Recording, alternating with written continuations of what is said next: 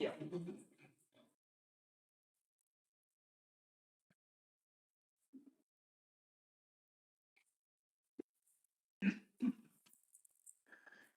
Good afternoon, Mr. Connell. Now we have Mr. Gallagher. We have not.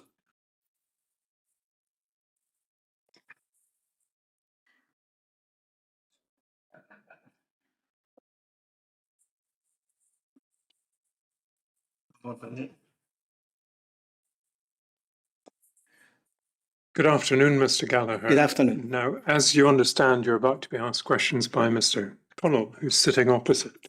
But first of all, I understand you're willing to take the oath. Yes, yes. Sitting where you are, can I ask you to raise your right hand and repeat these words after me? I swear by Almighty God I swear by Almighty God that I will tell the truth, that I will tell the truth, the whole truth, the whole truth, and nothing but the truth. and nothing but the truth. Thank you, Mr. Gallagher. Now, I don't know how long your evidence will take. We have you scheduled for the afternoon. If at any stage you want to take a break, just give me an indication and we can do that. Now, Mr. Connell. By the Lord. Now, Mr. Gallagher, you, when you retired in January 2015, held the post of Director of Finance of Acute Services with the board. Is that Yes. correct? And I think just so we're all aware, you have hard copies of some of the documents that you have been referred to with you in case you need to refer to any notes you've made on them. If you simply indicate when you're doing that, I'm sure there'll be no difficulty from anyone about that. We'll use your witness statement as a bit of a guide to help us walk through the matters that you can tell us about. So if we could have the witness statement, please. I think it starts on page 29 of the witness statement bundle. And you'll see that there are page numbers at the top, which are the electronic ones that we tend to use. If you're more comfortable with the hard copy, I don't have a laptop at home, so I'm old-fashioned. So I tend to work hard, but I'll have a go. Yes. No problem. And if you have any difficulties getting to the right bit, just tell us and we'll assist. Now, I'm going to depart from our usual policy here, Mr. Gallagher, and I'm going to tell you the punchline before we get to the end. You're obviously on the finance side and perhaps focused inevitably on money, and you've dealt with that throughout your statement, and we'll come to that shortly. The punchline, if I can call it that, is this, that I'm sure you'd agree it is possible to have a project which is on time and on budget, but which is a disappointment to the client who has received whatever the project happens to be. You understand that proposition? Yes, I understand, yes. And that may be important when we come to consider the issue of looking for information about things that have changed, and which you touch on at various points. You understand that? Yes. Thank you. Now, I see you've held various posts, including project director for the PFI hospital at Hare Myers, I see mentioned in paragraph 4. Yes, yes. But were you actually sort of running a project to build a hospital? Well, I was the finance director, and we coupled it as nothing to do with building. Right. But we coupled the finance director as the project director to... Initially, they had the director of nursing running it. I think at the time, Jeff Scaife came to visit the hospital and asked that I take over the project director as we push through towards financial close. I see. And then you joined what has now become NHS GGC, and you've been through various changes.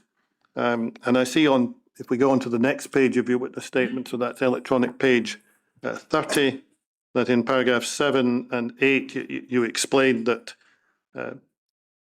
NHS Glasgow ended up with 2 directors of finance, which sounds a slightly odd proposition, but one seemed to be senior to the other.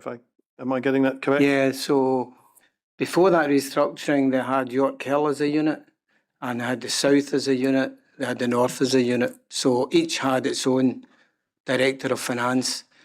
When that restructure came, basically all the acute hospitals came under myself, all the primary care with the GPs et al. And community hospitals and whatever came under Douglas Griffin, and that post was also the board's director of finance. And that's basically how that worked. Right. So Douglas would have sat on the board and I wouldn't have sat on the NHS board. You wouldn't have sat I on wouldn't have sat on the NHS board. NHS board. What, I've been asked just to check, do you have formal accounting qualifications? Yes, I'm a chartered certified accountant, the FCCA, from the June 1978 diet. Right. The STCA? This is So my addiction. FCCA, Right. the Chartered Association of Certified Accountants. Right. And I'm a fellow, so it's FCCA. And I'm now a life member because I've retired. Thank you. So the way this worked is that you retired just about when the project to build a new hospital was, at least as to build, finishing, just about the time it was being handed over. Yeah. Thank you. And you pointed out you were part-time for a short time in the run-up to that. You've given us a number of points about what your role was to do. There seemed to be a title floating around at that time called Director of Acute Planning, which then disappeared. Okay. Is that right? The Director of Acute Planning, when the restructure was carried out under Tom Divers, they introduced a Director of Acute Planning who was Helen Byrne, and the Chief Operating Officer for Acute, who was Robert Calderwood. And Helen Byrne stayed in that role till February 2010. And at that point, it all then came back under Mr. Calderwood. So Helen Byrne was there probably from 2006, maybe 2007. It was that organisational chart through to 2010. And she ran the project team and the rebuilding elements. See that. And yeah, so the project team was under Ms. Byrne, who we've heard for in this inquiry. And you described at the top of page 31, your job being to make sure capital and revenue both broke even. Is that what you saw your role as? Yeah, within the acute division, yes. Right.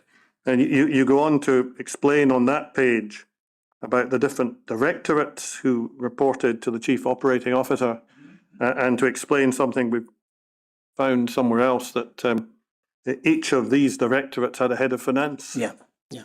And even though you were the man at the top, you couldn't tell them what to do because they had their own directors. Yeah. Is that right? Yeah. And that's the point that you make. And the Director of Acute Planning, you mentioned 2010. I see in paragraph 16 of your statement, you say Director of Acute Planning left in February 2010, and this Chief Operating Officer took over the running of the project and the acute hospitals. Yeah, I think in terms of timing, I've put the Chief Operating Officer, but I think the timing was by then Mr. Calderwood was the Chief Executive. So the Chief Operating Officer, I think he was probably Chief Exec from 2009. And the Chief Operating Officer, oversaw that day to day, but there was a strong link, you'll see through the minutes, of the Chief Executive also being in the chair of a lot of those meetings. Thank you. And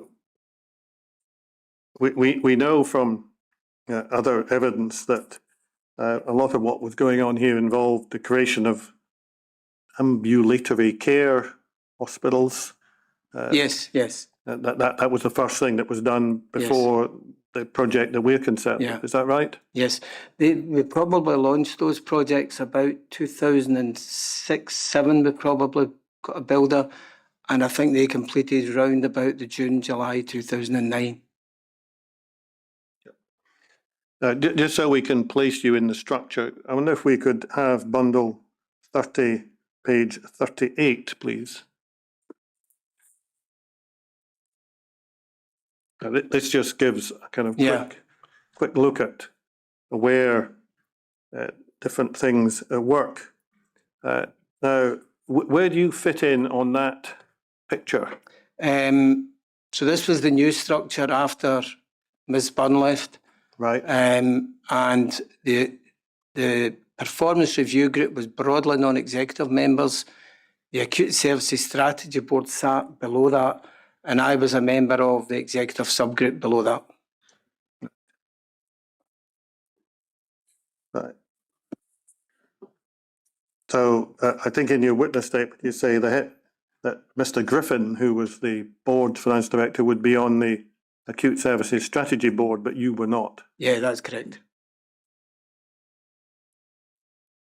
Now, can I ask you one question? Because we are concerned, as one of our topics, about governance.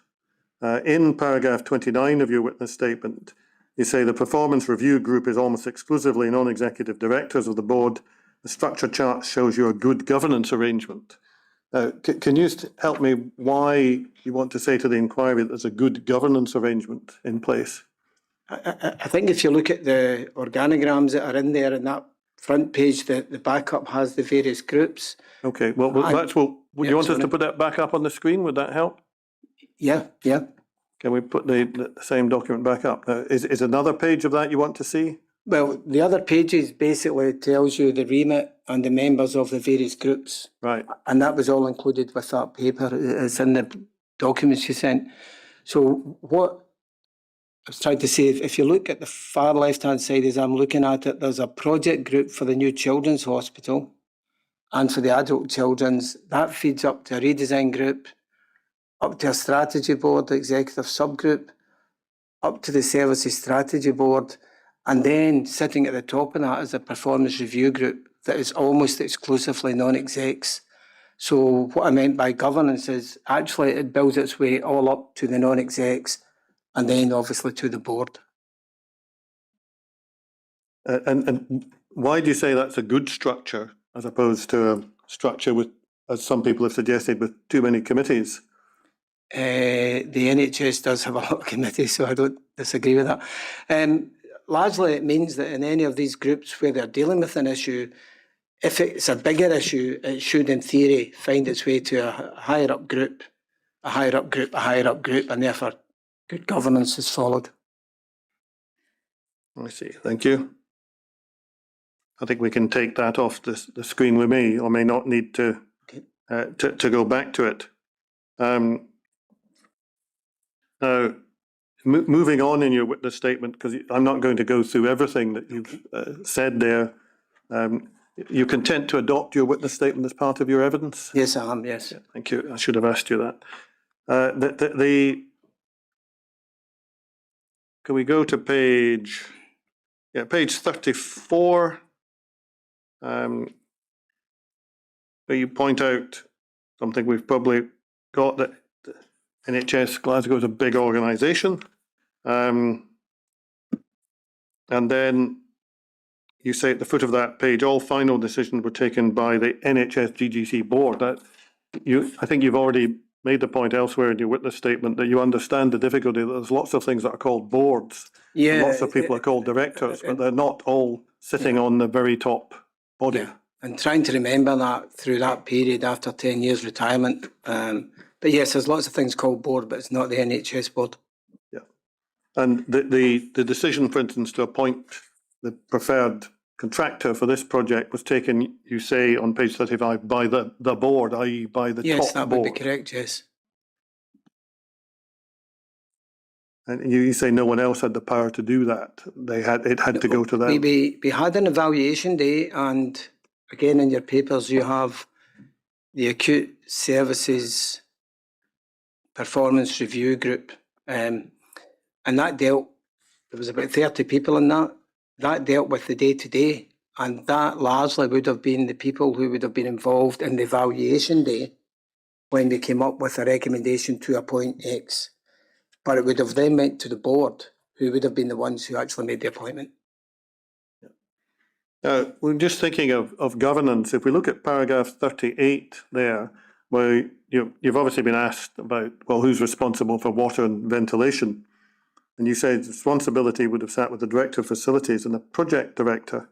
And the project director and his team would be the ones who would be interfacing with Multiplex. Now, just thinking of governance, does that mean that the whole functioning of the project is dependent on what the project director tells people?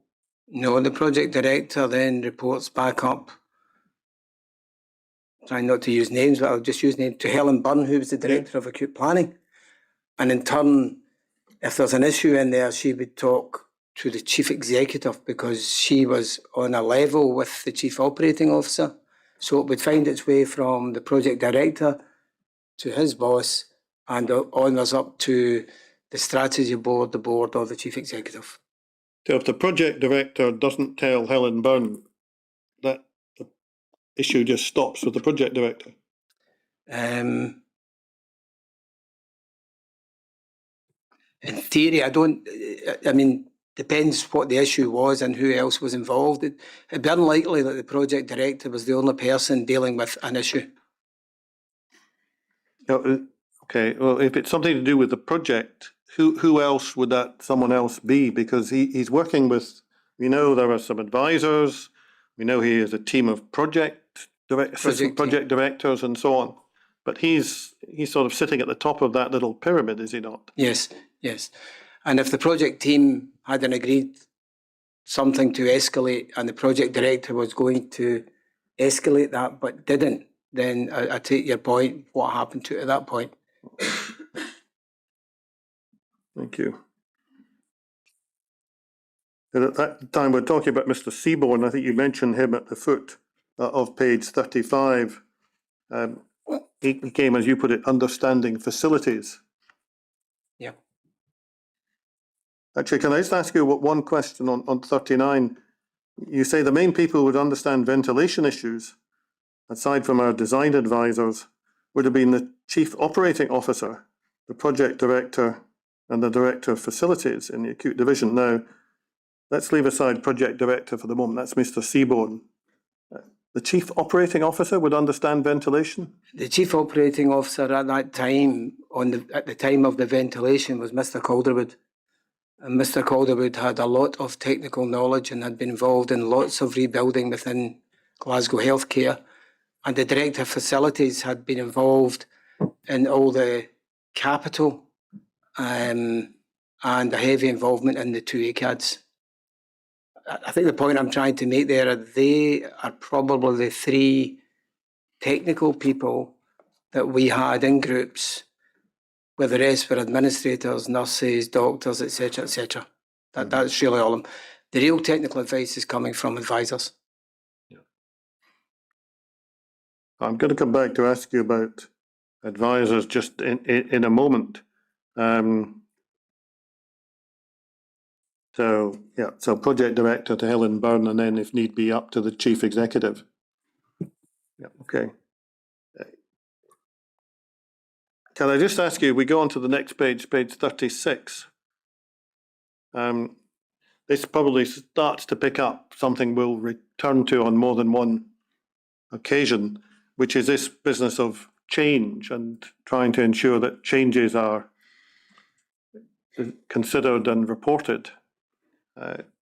The paragraph you've got in there is if the original bid assumed one design which was then changed, there would eventually be a change control. So that's a formal order to the contractor that you're anticipating at that point. Yes. And then there would be a question if there would be more money to pay. Usually the answer, I suspect, would be yes, if you're changing something during the course of the contract. Yes. And that's when you would be aware. Is that the only circumstances in which you would be aware of anything having changed?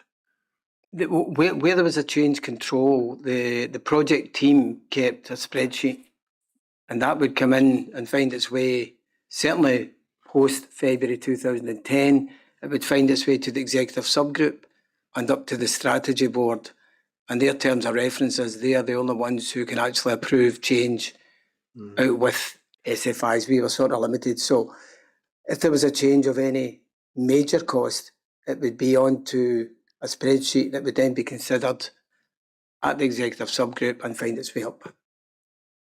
So what you're looking at there are circumstances in which, for whatever reason, an instruction has been given to the contractor to do something different from what they were doing.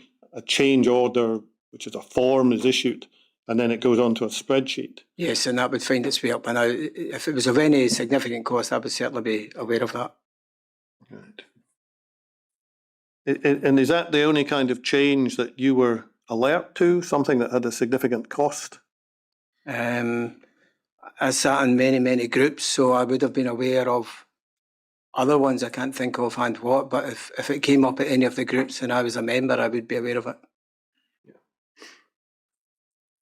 Can I just ask you this? The reason I'm asking you these questions is not to, you'll understand, it's not to criticise the role you're fulfilling, it's to try and assist the inquiry in understanding how change was dealt with.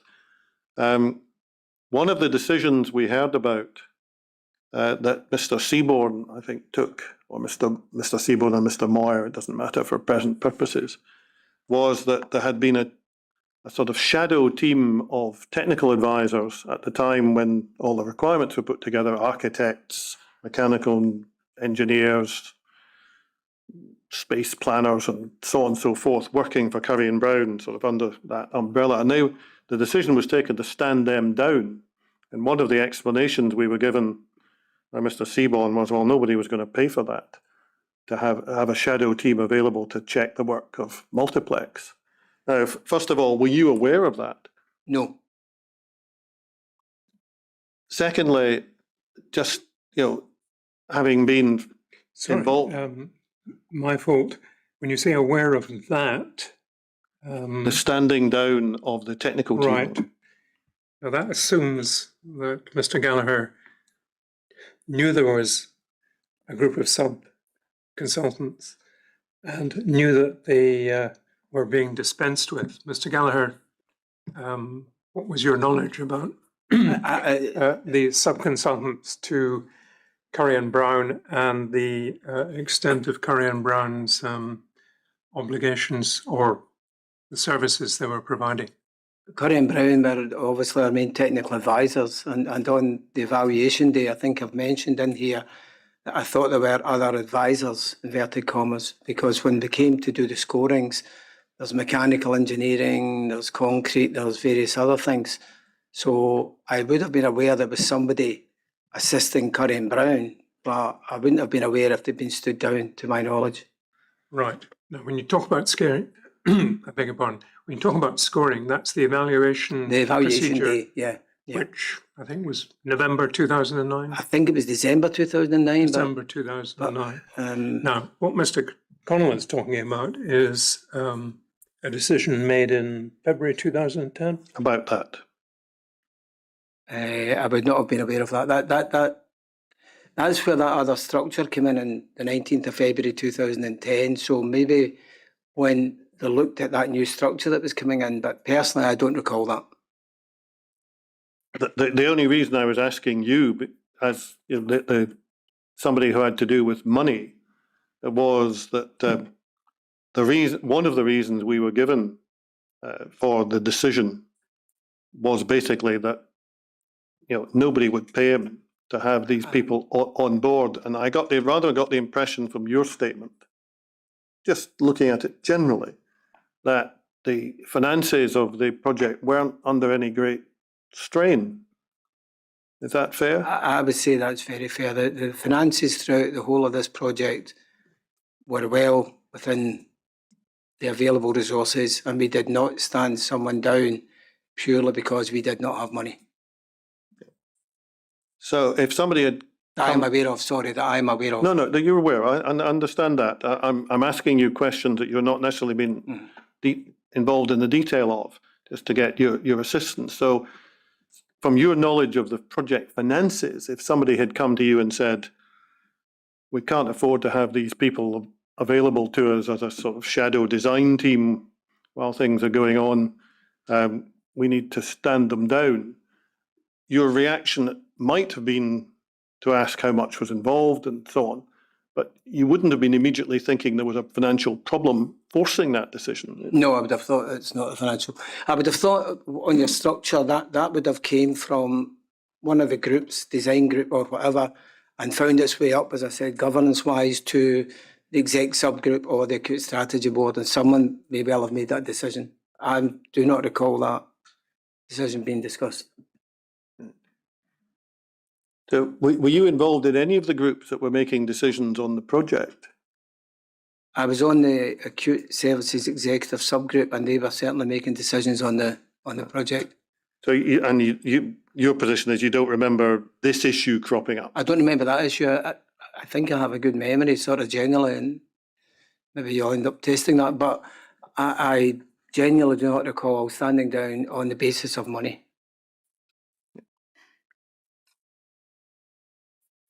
Can I just then come on to the next page of your witness statement at page 37? At the foot of that page, I think you've obviously been asked about changes to ventilation requirements, and I suspect you've picked up that there was an issue over a change to ventilation requirements, which has been much discussed in this inquiry. And your expectation, I'm using your word in paragraph 54, is that the Director of Facilities, the Project Director and the COO would know about it. Is that your position? I'm picking those three because, as I've said, those were the three technical individuals rather, aside from our advisors. And I think the point I'm making there is no way there was a change to ventilation and they wouldn't know. Right. And then I think you're suggesting here that not only would they know, but it would then come to the executive subgroup. That's the one you were on. Yes. And then either if another decision was made or simply because minutes go up to the next group, Yeah. the next group above you would know about it as well. Yes. That's what you would expect. But yes. The timing of this, because I've obviously got the other papers, is actually December 2009. Yes. So when I was doing this statement, I'm being interviewed, because my statement largely came from an interview. I didn't really know the time of that, which is why it's then added if before it was a similar process. So if the ventilation change was before December 2009, it would have came to the Acute Services Review Programme Board, Right. which is what I'm trying to do, but it wouldn't be the exec subgroup. Right. But if there was anything after February 2010, it would find its way to the subgroup. Right. Well, I think we know that the decision was taken, well, fairly close to the signing of the contract, which was Yes. on something like the 18th of December 2009. So that would go to a different group. That's what you were saying. Yeah, my final ad there, if before 2010 the similar process was in place, Right. it would be different groups. That's really all. But you would still expect it to go to some form of governance group, Yes, even though the name was slightly different at the time. yes. Thank you.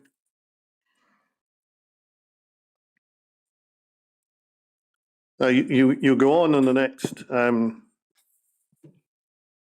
few pages to explain how things were organised.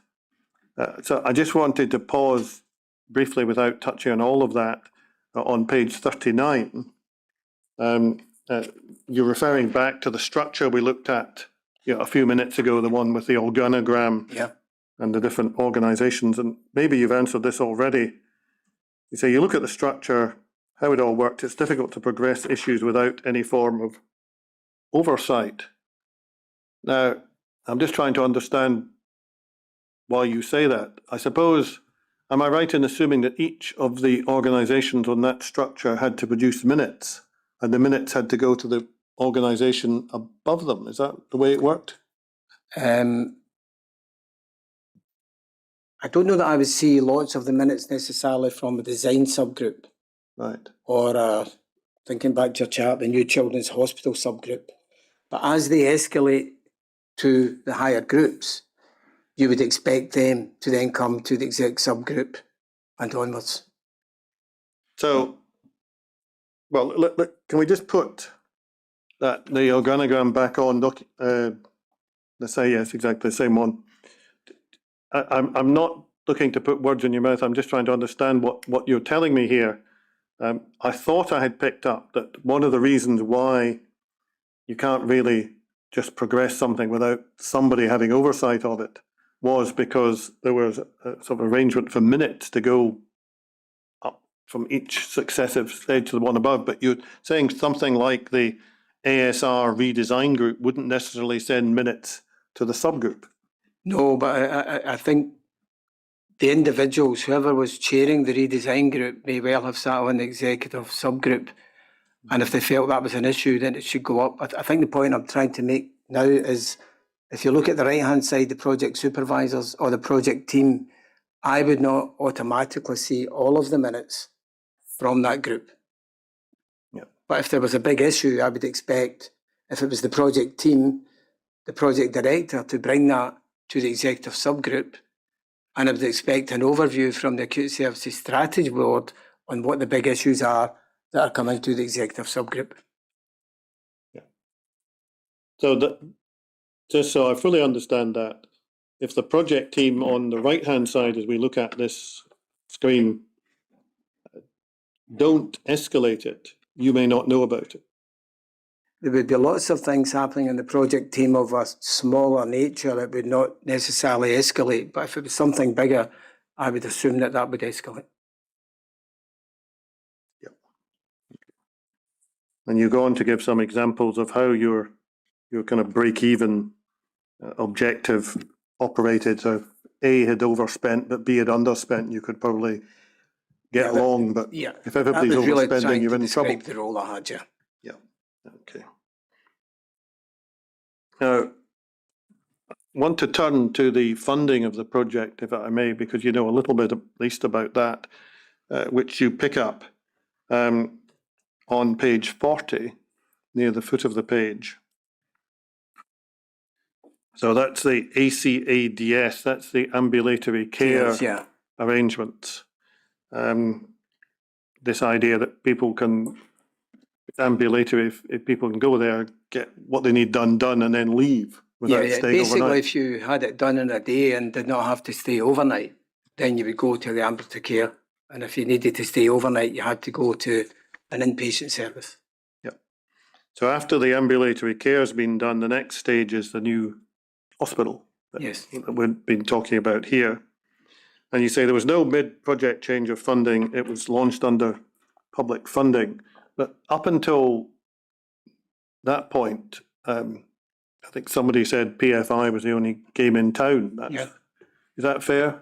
Yeah, I think so. And that's why in the Hairmyres, I was involved in Hairmyres. It was the first health hospital in Scotland under PFI.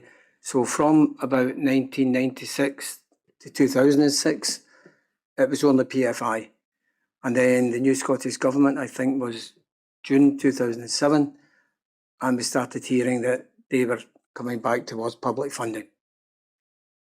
I think you pick up a number of points in your witness statement about this, but a PFI project in form is not normally just about how you physically build a hospital, because it's about who runs it after that. Yeah, it's actually the opposite to the public building of it.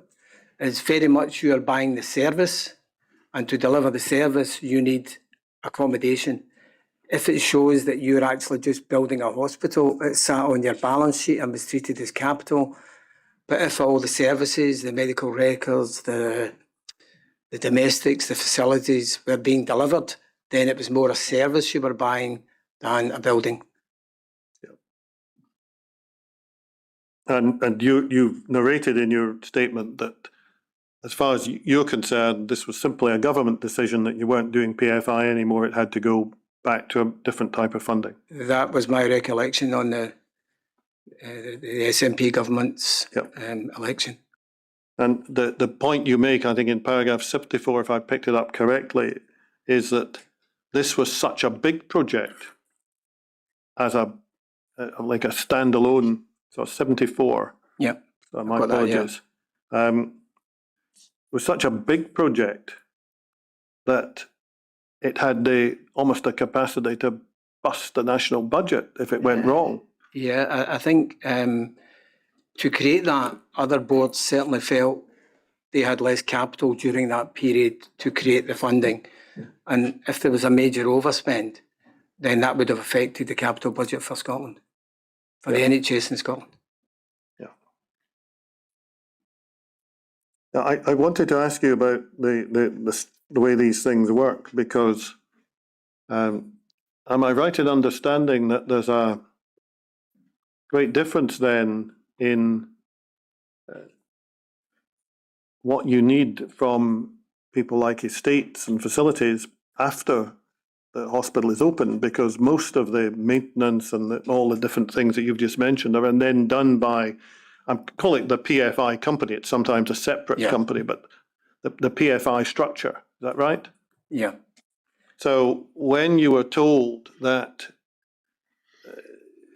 instead of doing PFI, which people had become familiar with, you were to go back to the traditional type of publicly funded capital project, do you remember any discussion about what provision had to be made for the burdens on, for instance, estates and facilities after opening, because they were going to have to run it rather than the PFI company?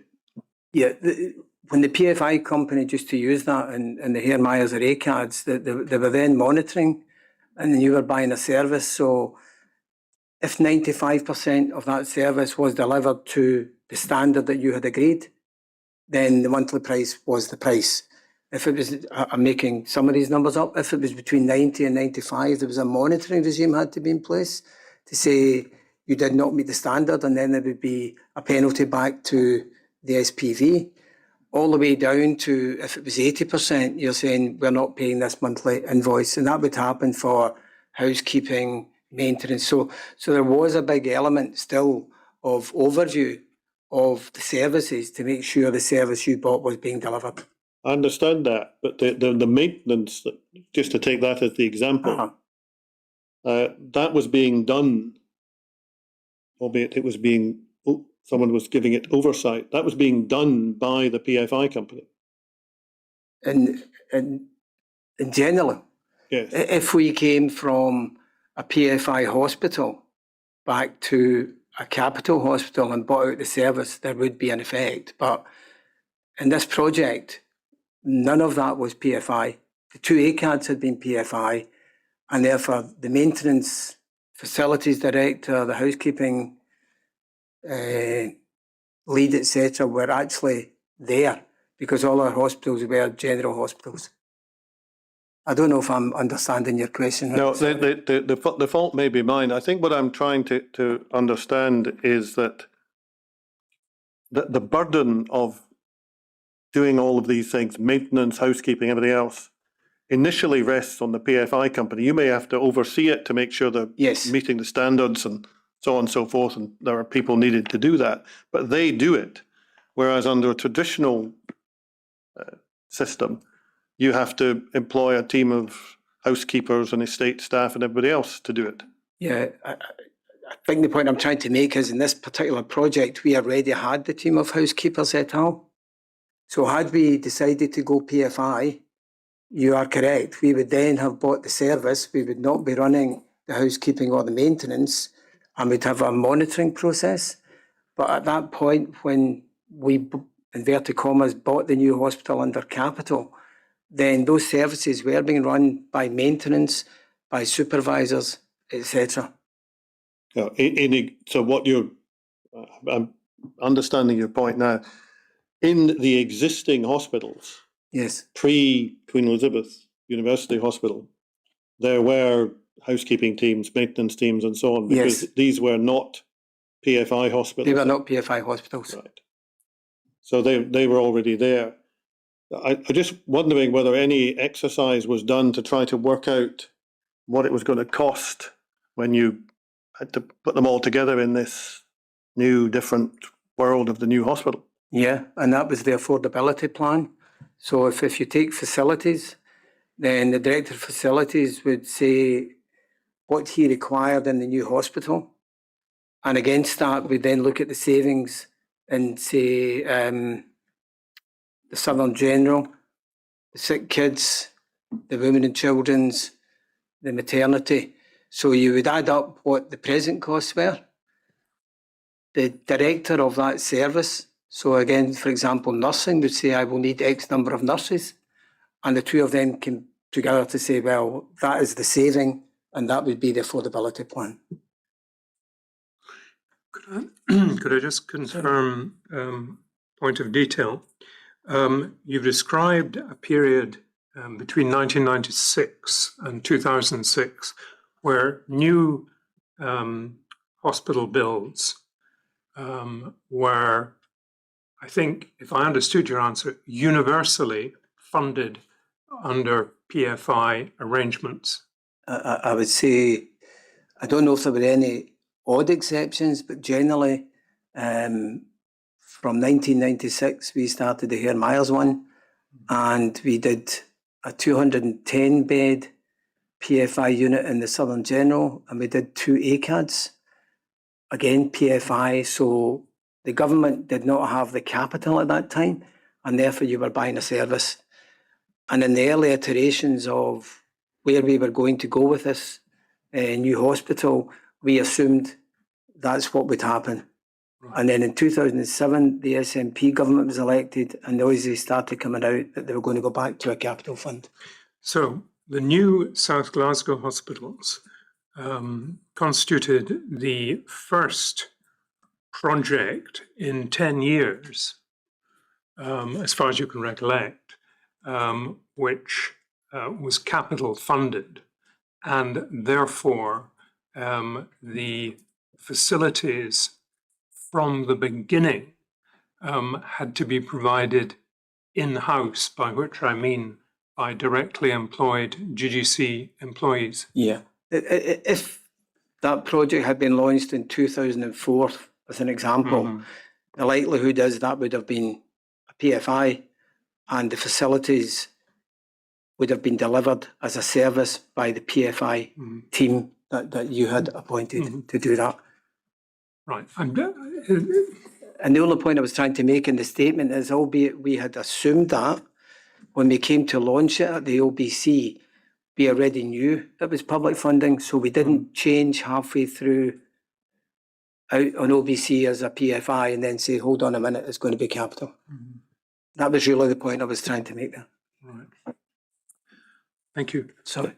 I think the point you make in your witness statement is you couldn't really go to the OBC, the outline business case, because without knowing how you were funding it. Yeah. You needed to know one way or the other. Yeah. And you're saying by the time that happened, you knew Yes. that it was what we'll call traditional capital funding. Yes. I might as well ask you these questions now. I was going to ask you them a little later. Part of the reason I'm asking this, and you were there until just about the hospital was handed over, if not necessarily occupied, is that we had quite a lot of evidence suggesting that there were just not enough staff to do what needed to be done. There wasn't enough maintenance staff. The demands were too high. People were working, very, very long hours, all days of the week. And they were being told, to paraphrase it, there's no money, so get on with it. And there were consequences to that, as you can imagine, if things were not getting done when they should have been done.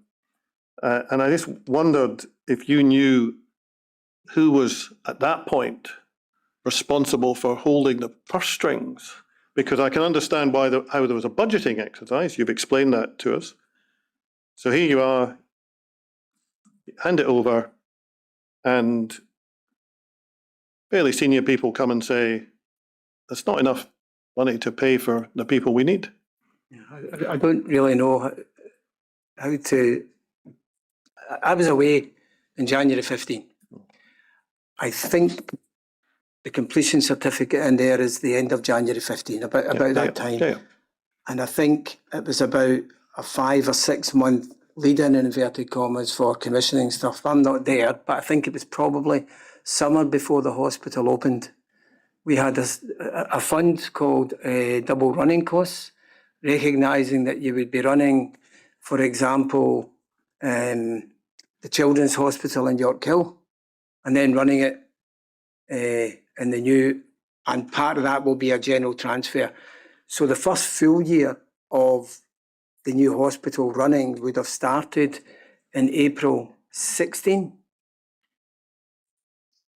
which again is a good 15 months after I've left. So I think the director at the time would have been Mark White.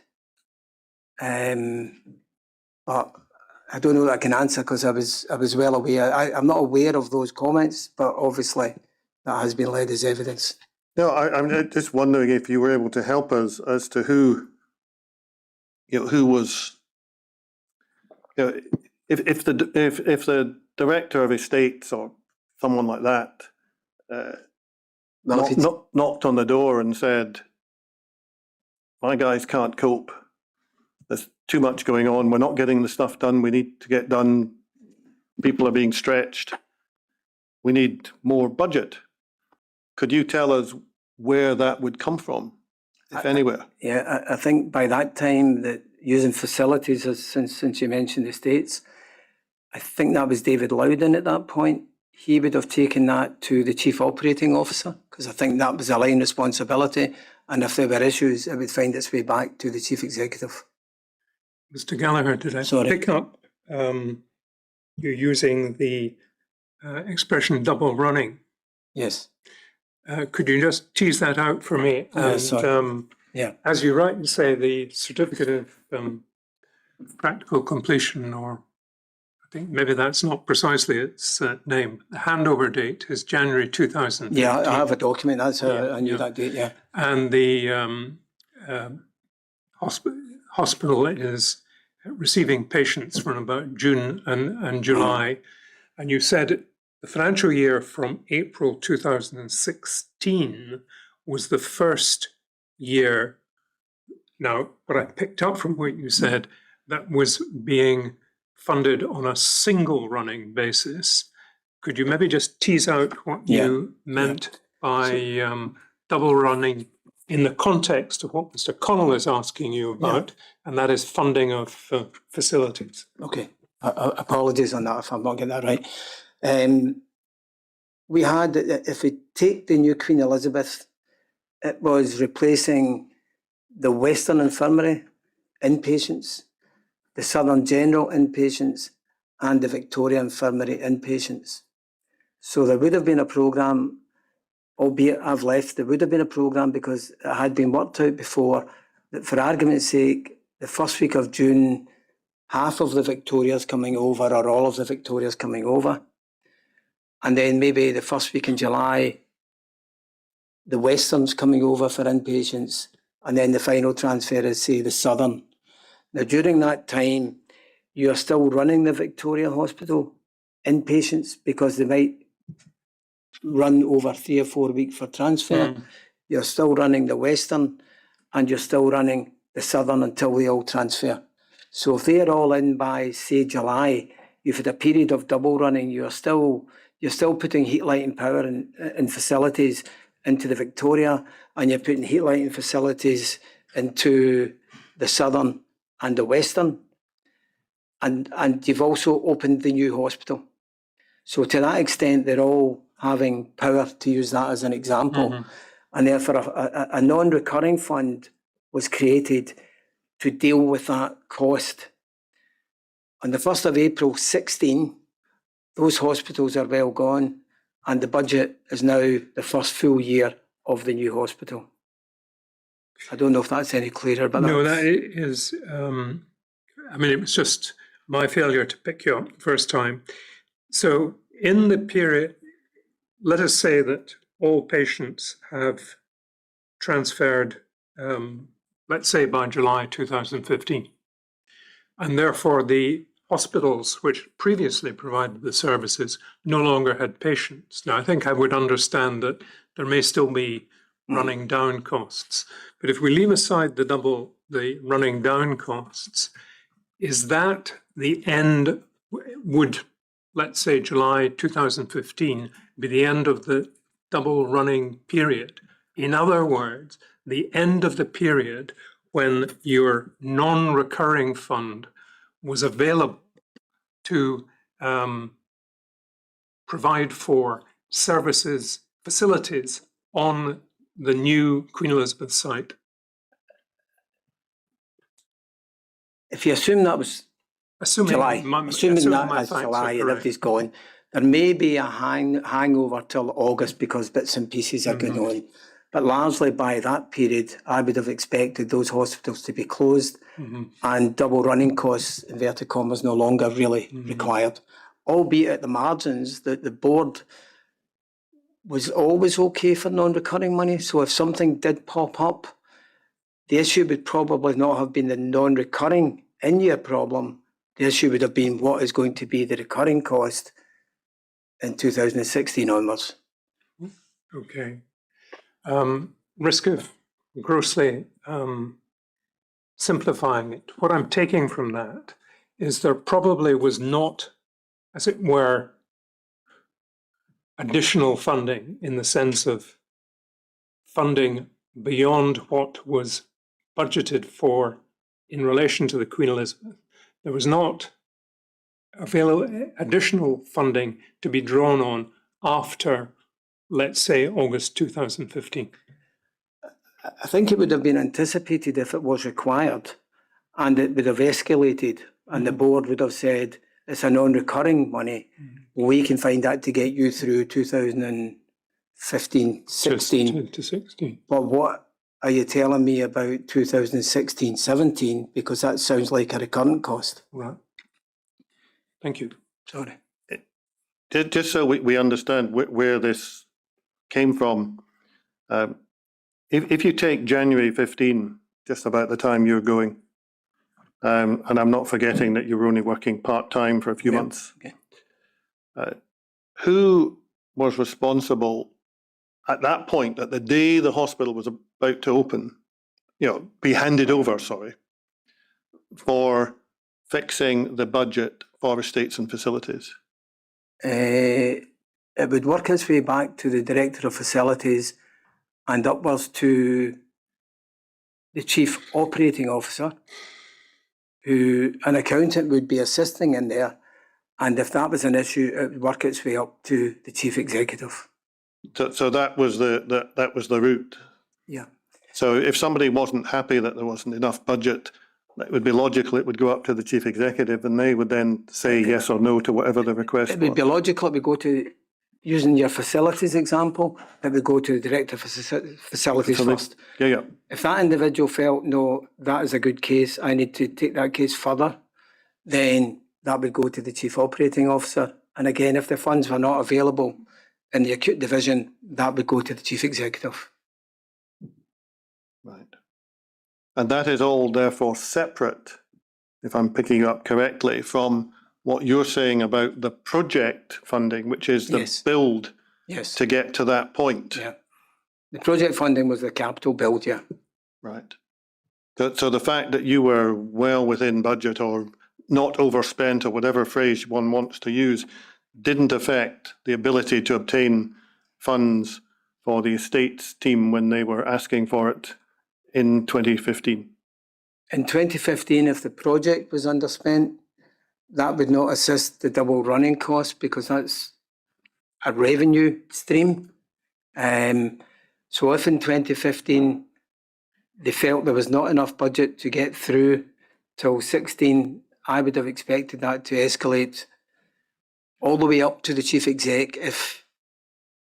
But if the Facilities Director, picking your earlier point, if the Facilities Director said, I don't think you need any more, then I'm not sure that would necessarily escalate any further. Thank you.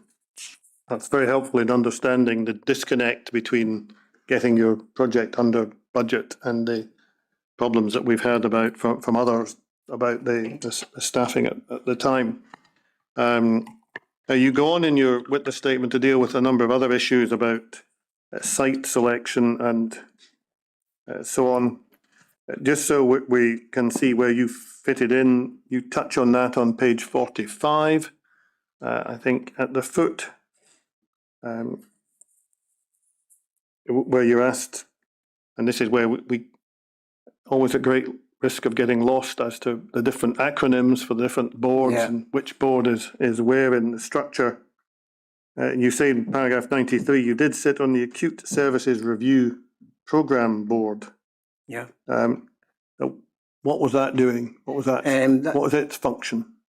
That is in one of your papers for the June 09. Basically, that is a very large group. It's not dissimilar to probably the strategy board you showed in that chart, because the laboratories were running, so the director of laboratories, if you... Sorry, can I refer to the paper? Yeah, no, why don't we get out the document you were asked to look at? That's 8th of June 2009. Bundle 30, page 29, I think. Maybe 24. That's my fault. Yeah, this is the ASR Programme Board meeting, 8th June 2009. That's the one you were Yes, that's the one. shown. And you said there were a lot of people there, and if there weren't a lot of apologies, there'd have been a huge number of people there. I think there's 30, I counted them the other day, because broadly that would have been the group that went to the evaluation day. And what you can see, if you pick a few out of here, if I could do that. So Helen Burns there is the project director. You've seen the directors of medical and surgery in there. Rosalind Crockett. So Rosalind at that time would have been responsible for women and children. So the new maternity in the southern, sorry, I keep calling it the southern site, and the children's hospital. I think Jim Crombie's the director of diagnostics there. He was also in charge of laboratories. So basically, all the new builds, and these were the directors, would have been on that group, and that group was pulling the different streams together, because at that point we haven't appointed a builder yet for the main hospital. But what you can see, I think I've said in the statement, anyone who was at a senior level that had an input into some of these groups would have been a member there. Right. And that's before you get to focusing on the build of the new hospital and the that's structures that you need 6 for months that. later or so, yes. Thank you. Just looking at page 26.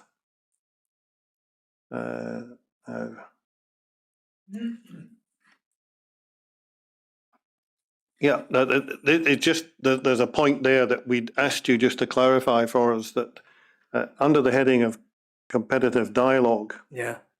there's a note saying there was some discussion around the scoring system for bidders, and it was decided that A. Seaborn and P. Gallagher should have discussions to clarify the criteria. So Yes. all of a sudden that seems to have landed on you. Certainly Alan and I, yes. And what was happening there? Please explain it to us. You do deal with it in your witness statement. Yeah. Well, for some reason, I was not excited.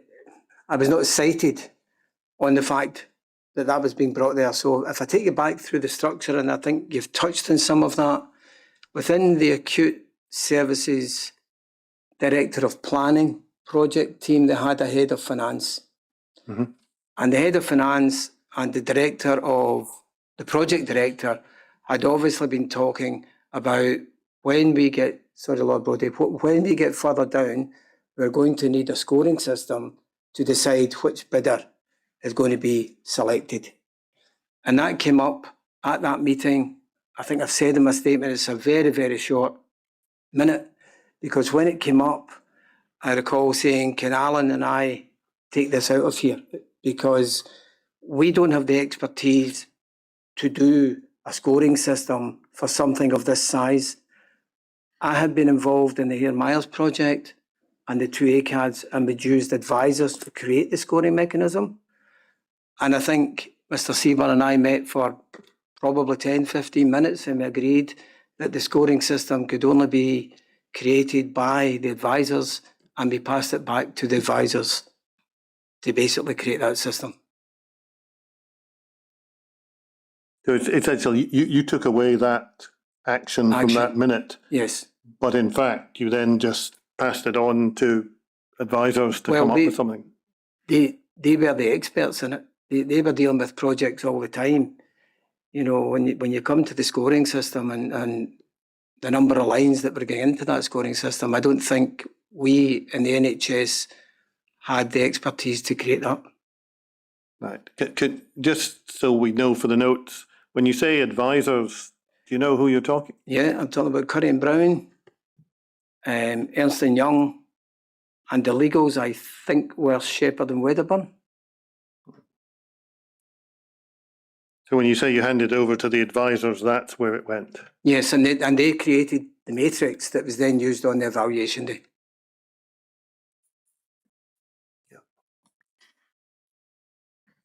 Now, if we can move on then and come back to this question of change. Okay. We touched on change earlier in the context of a change control order issued to the contractor under the terms of the contract. And we've touched on this with other witnesses. If we go to page 49, there's a note which is lifted from a series of bullet points which are in the criteria for this particular activity. ASSB was responsible for overall financial control, and there's a note saying there, to approve change control in any change that impacts upon the project must be authorised by this board. Yes. Now, one of the questions that people have been asking is, well, there didn't seem to be any indication that changes, and I don't mean change orders that had to be put on your spreadsheet, but any change was ever really discussed at the boards and these different committees. In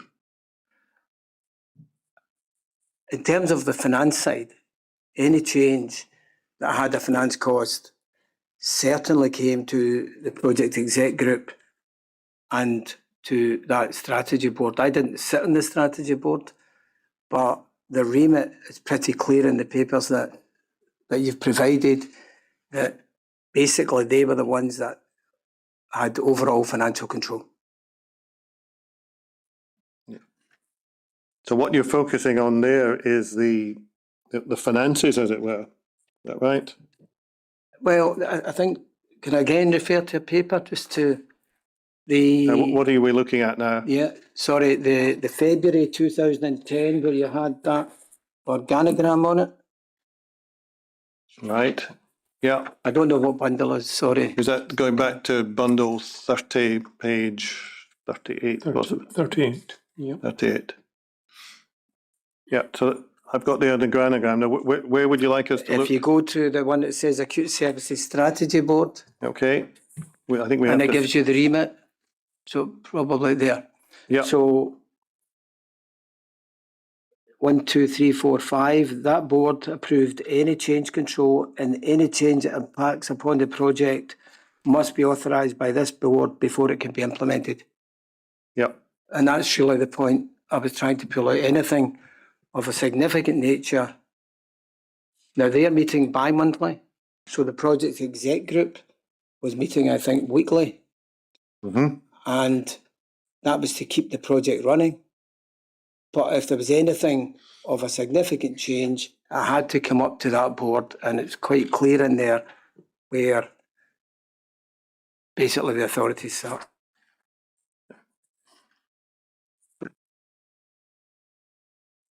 Can I ask you something just while we're sort of thinking about where things went for decisions? Because you made the point in your witness statement that this meets bi-monthly, so you had to have a provision if something needed done immediately. Yes. It could be done at a level lower and then had to be reported up.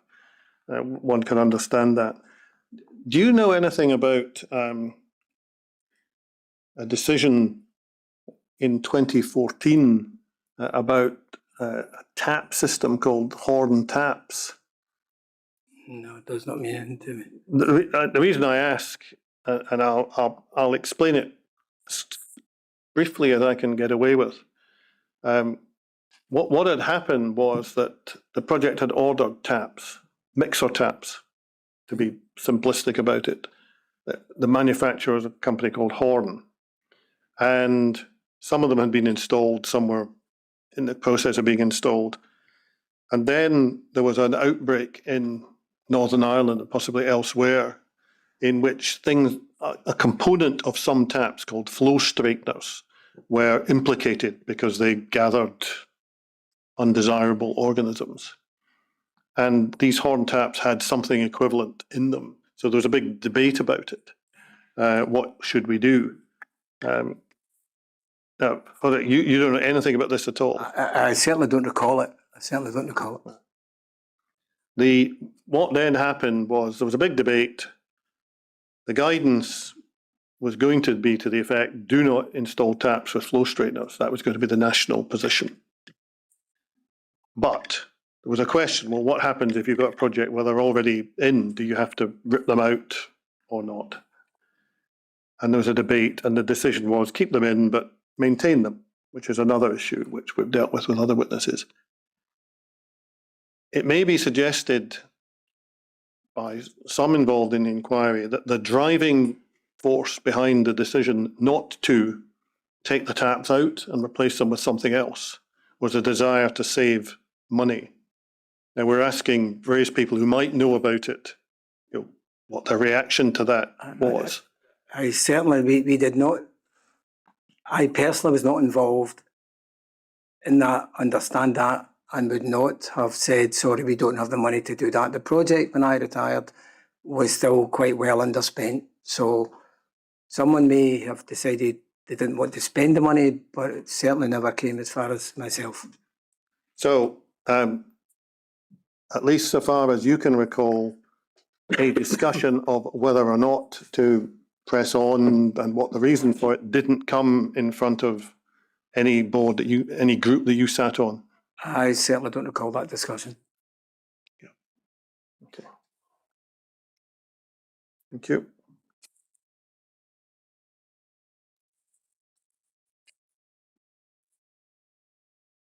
Now, I wanted to ask you about a couple of things just to see what you can tell us or not tell us about them. If we go to 52 of your witness statement, that'll give us the place we are. And can I make it clear before I ask you the questions on this, Mr. Gallagher, that part of the issue is that in a number of cases we don't have very much documentary material on which to go. So if we end up asking you questions you just don't know about, then please just say. Now, one of these is something that's been called the temperature variant. There was guidance in something called SHTM. You know what these are? Yes, yeah, I understand that. Sorry, I've read papers. That's why I understand. It's not because I'm technical. I've read the papers. That basically said, and there's a lot more detail to it than I'm going to tell you, but basically maximum temperature 28. Now there's a provision about how many days and so on and so forth, but just stick to the 28. And a decision was taken in, I think, June or thereabouts of 2009. So while the project was still at a stage before the contract had been signed, that should be cut to 26. Yeah. For 28 read 26. First of all, were you aware that decision had been taken? Yes, I think it was slightly later, to be fair. My recollection is the Director of Facilities, I think it was after the ACADs opened. And that's why I think it was slightly later. Right. Because I think in the June 2009 paper, there's discussion on Stobhill is already open and the Victoria is about to open or vice versa, but they were opening circa the end of June, July 2009. And I think again from Mr. Seaburn's email of June 16, he mentions the facilities change. My recollection is that the Director of Facilities brought a paper to one of the groups. I would believe it would be the Acute Services Programme Review Group, because that was the biggest, the highest group. Sorry, Doctor. No, my fault entirely. I just missed the name of the group. The Acute Services Review Programme Board. Right. That was the one that had about 30 people at it. And the director of facilities at that time would be Alec McIntyre. Alec McIntyre. McIntyre at that time, yeah. Now, it would have came to one of two groups. Can I deal with the timing first, if that helps? Mhm. If we assume the ACADS opened round about July 09, and Mr McIntyre brought a paper for change because of problems with heating in ACADS, then my rationale is it's probably September or October 2009 to have 2 months of ACADS operating and finding that the patients were finding it too warm.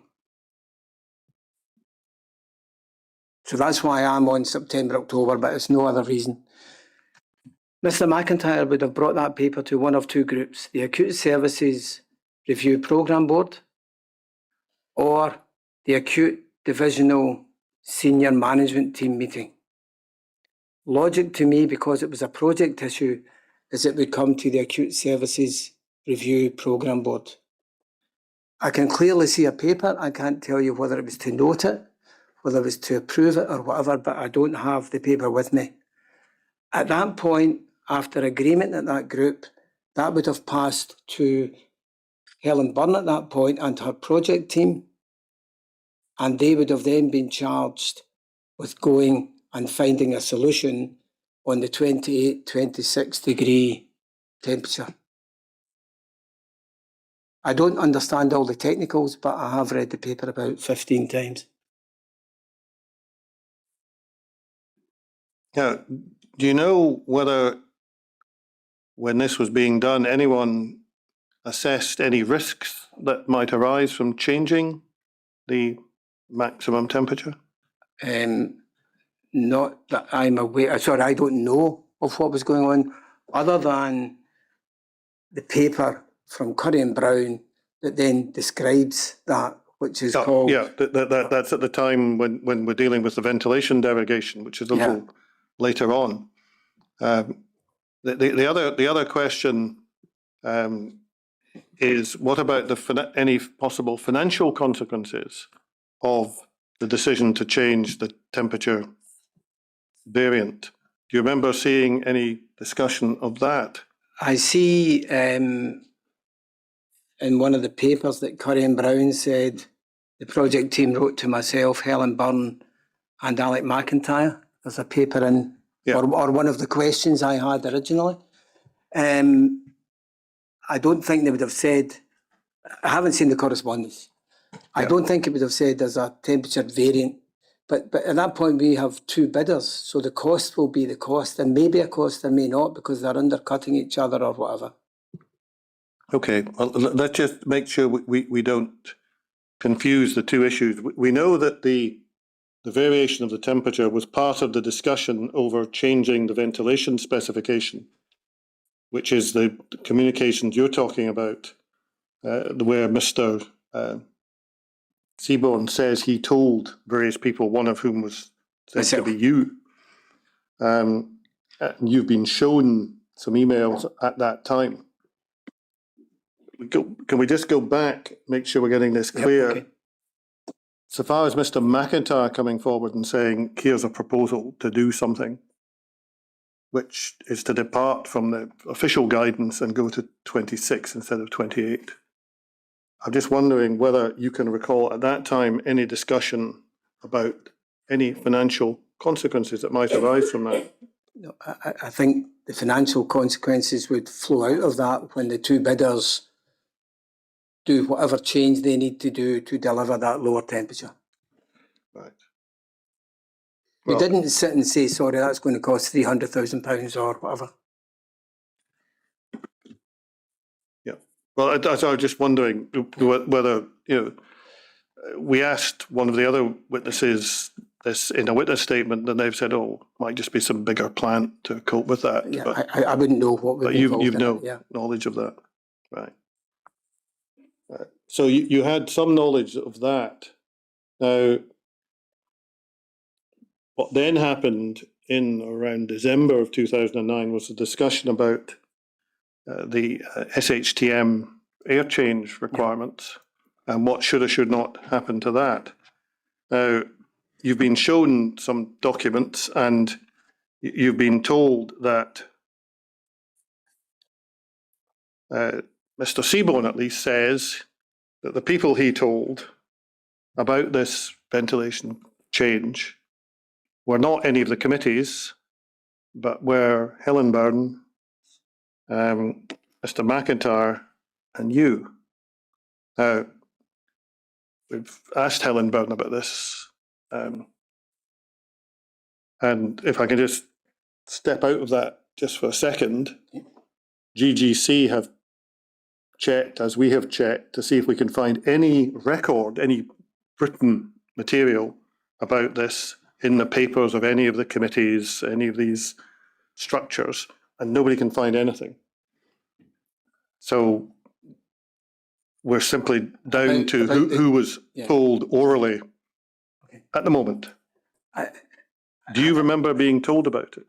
I don't offhand remember, but I would see the logic, and I've said that in my statement when that question was posed. Mr. Seaborn was given the task of solving the different temperature that was required, and he was dealing with two bidders. Presumably he had a solution, and from that I think he was right to his boss. I think he was right to Mr. McIntyre because he was the person who started the change, and I think he was right to me to say you should expect a financial cost. I can't see any other reason why he was right to me.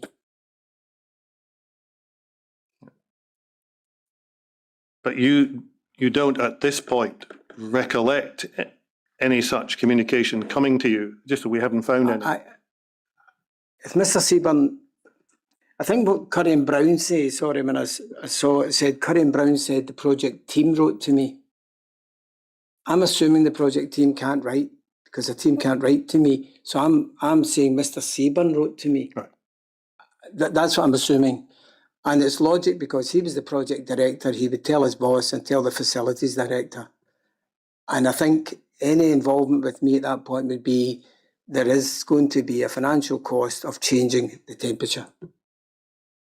I haven't, that explains why I haven't got the email or the letter or the communication. But if he said he'd done it and Curry and Brown said he's done it, I have no reason to assume he didn't.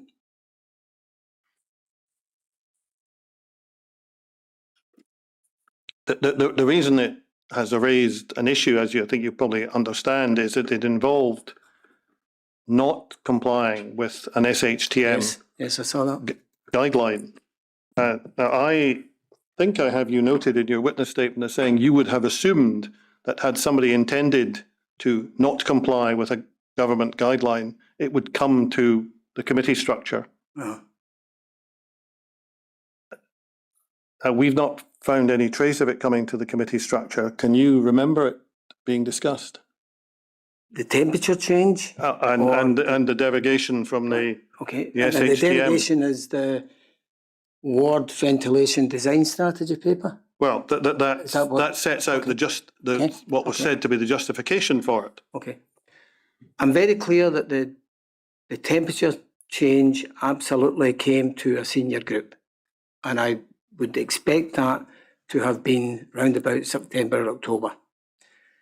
The ventilation strategy paper, my early notes are exactly as you say. This looks like a paper, a document detailing this, that and the other, and I would have expected that. These are my scribbles. Round about the end of July, I was having another discussion with the West support team to finalise the statement. I happened to notice then that Curry and Brown were the source of that document on the footer. Well, the strategy paper was in fact prepared by the M&E consultants to Multiplex through a Mr. Pardey, although Curry and Brown were at that time obviously advising the board on a variety of matters.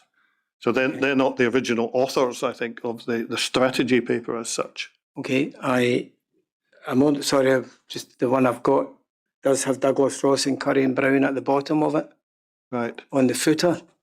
And the reason I'm picking that up is I believe on the evaluation day that paper was given out from recollection, and that was on a PowerPoint at the evaluation day. And I think my recollection is we had 2 bidders at that time. We're evaluating 2 bidders, one of whom has met the SHTM, but not the board's 26-degree temperature, and the other of whom has met the board's 26-degree temperature, but not the SHTM. And I think Curry and Brown, in the analysis of working through the matrix of scoring, had to take the group through what are the differences here. And if you read the paper as it reads through, it's like we are taking, there are very few technical people there, and therefore, what would you score on the various parts? I don't know if I'm being clear here, but that's my belief. No, the issue that you're raising for us is simply one of timing, because the information we have is that the exchanges, the production of the strategy paper was done in towards the middle of December 2019. Okay. And the contract with Multiplex was signed on the 18th of December 2019. So by that time, the discussion was only with Multiplex.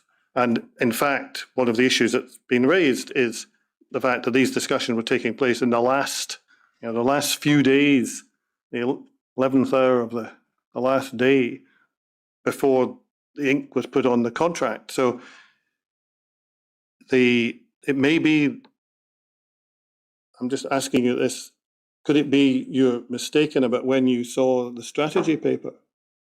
It could be. Curry and Brown had a document up on PowerPoint and handed a document out that day.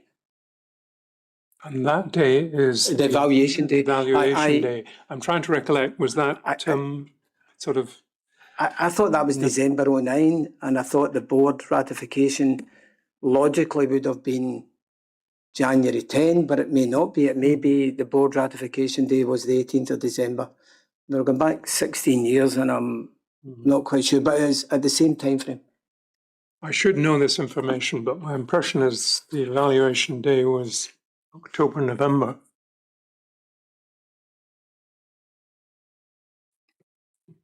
I don't know. I'm sorry, we're going back 16 years. Whenever that evaluation day was, there was a paper by Curry and Brown, and picking Mr. Connell's point, it may not have been that paper. My thought process thinks that's where that came. You do seem to have a clear memory of PowerPoint. I do have a clear memory of Curry and Brown putting something up on PowerPoint and us being given a document, which I'm assuming is this document, but if it isn't this document because it's not written, then apologies.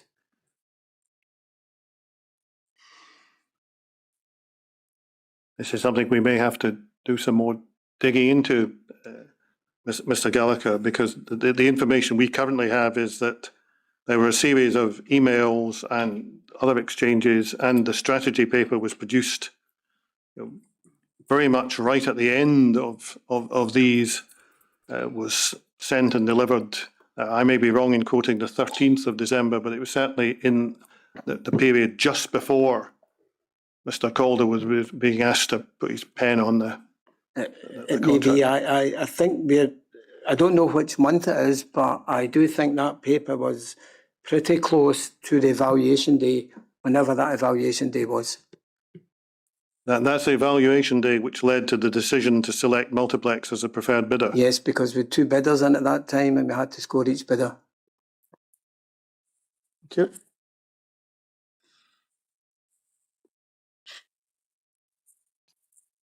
That's certainly my recollection.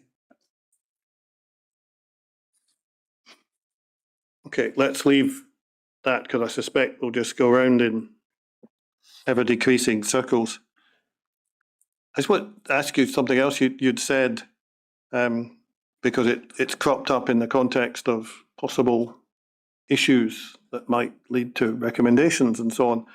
On page 56, at the top of the page, you say, well, there's one thing, we'll leave aside whether it's a good thing or not.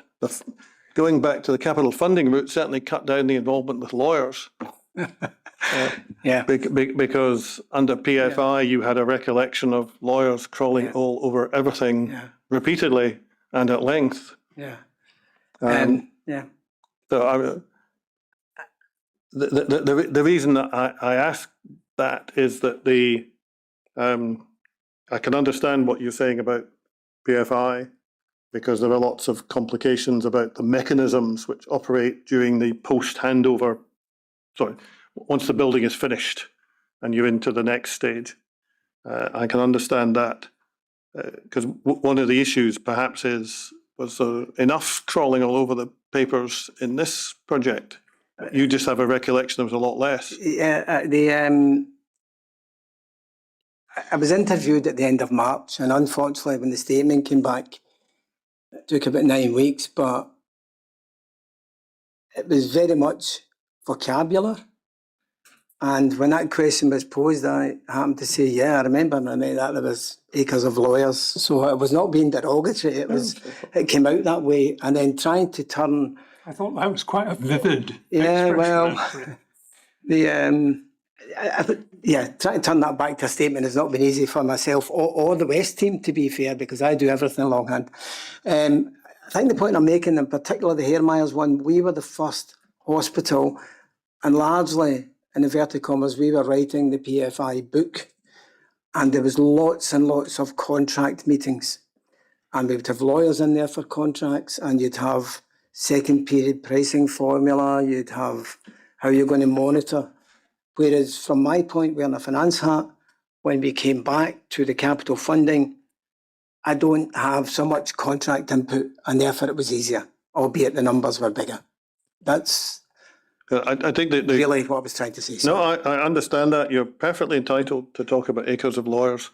I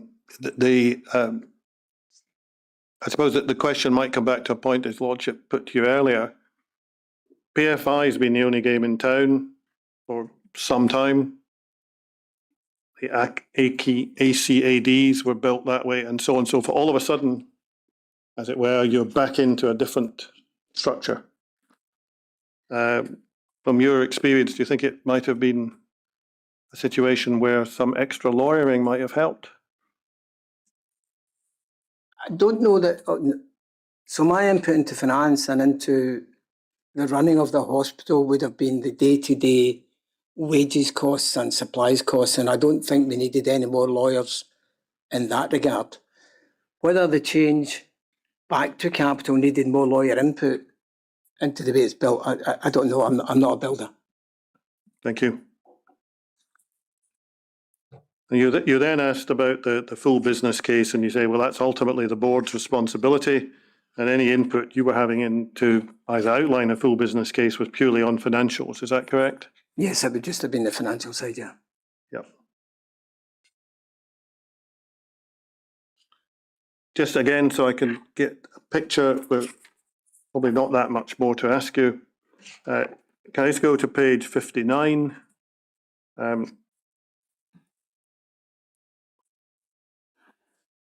Near the foot of page 59, I'm just trying to get a picture of what you're telling us here, because I understand your point about doing things longhand and then being converted into a statement. You say in paragraph 180, we'd agreed a bed model, we'd agreed number of consulting rooms, theatres, A&E spaces, and probably by 2013, that was it. It was all designed. So what you're telling us is by 2013, everything was fixed. No, I think, again, part of the process was that I was asked questions, I answered the questions, and then when they create the statement, we take the questions away. Right. And then you're trying to understand, and that's why the thing goes about a bit. So that was quite difficult. One of the questions that was asked was about the transfer of other specialties into the hospital that had not originally been in the plan to come to the hospital. And when that question disappears, the point I was trying to make is we had the number of beds, we have the number of consulting rooms, we know what theatres are. If you decide to transfer a different specialty into the new hospital, it's been designed for that. So unless you're taking something out of the hospital, you can't transfer something in. So that's largely what I'm trying to pick up there. But the question, sorry, Mr. No, Connor, the question isn't there, so it looks like it just jumps out. I understand your point entirely. Were you aware that there was a proposal to bring the bone marrow transplant unit from the Beatson in 2013? Jennifer Bars, I think, interviewed me at the end of March, and this is where that whole stream came from. Jennifer actually asked, were you aware of the transfer of BMT? My response was, what is BMT? She said, bone marrow transplant. I said, I don't recall that being discussed. However, there were discussions around the transfer of other specialties, and that dialogue and question doesn't appear there. So that's how it then runs on to, you couldn't bring any more in because it's designed. Yeah. But anyway, so far as your memory goes, you don't remember being involved in a proposal to move the bone marrow transplant unit from the Beatson Centre into the new hospital? I don't recall that at all.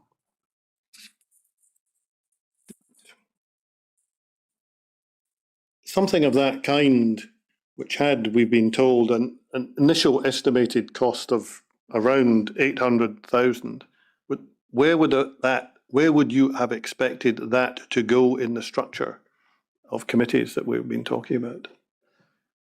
2013-14, it would follow up that chart to the executive subgroup and the acute services strategy board. So from the group you sat on to the one above, you think? It depends where that discussion started. You know, I would imagine the transfer of a service, like the only one I remember hearing discussions were the infectious diseases from Gartnavel. But if you go back to that previous organogram, the project team is probably not discussing the transfer of bone marrow transplant. It would probably be somebody senior. So whether it bypasses that level and doesn't hit those groups, I don't know. I don't personally remember BMT being discussed. You remember something being discussed about infectious diseases?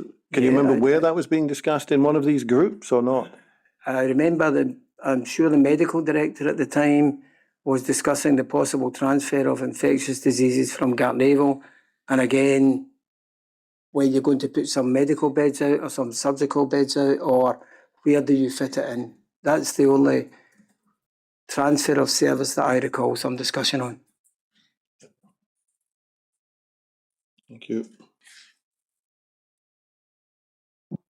Now, just for the record, I asked you a question earlier about whether you'd have expected an SHTM change to go up through the structures, and you gave me an answer to that question, and you've obviously been asked a similar question and given an answer, and that's on page 64, paragraph 213, and I don't think I need to ask you to repeat it because it's exactly the same as you've told me earlier.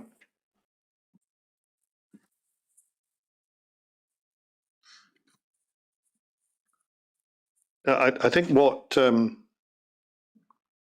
we come to is that your conclusion at the end of your statement is this project was a success.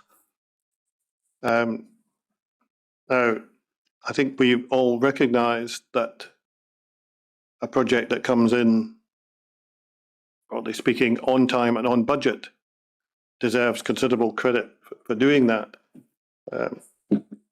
I think the issue that I have to put to you to see if you can assist us with at all is this. We know that as early as the date when the late Queen was there to open it, a decision had to be taken to remove the Beatson bone marrow transplant unit from their proposed home in the new hospital and take them back to the Beatson because the circumstances were not suitable for them, which is after you left. And we also know from other evidence that very significant works had to be done to Ward 2A, which was the Schihalian unit for the paediatric hemato-oncology service. And the public position of the board here and elsewhere has been that they were disappointed that they did not get the hospital they hoped for. Just wondering, from your experience of sitting on these various groups and committees, if you can help us at all as to,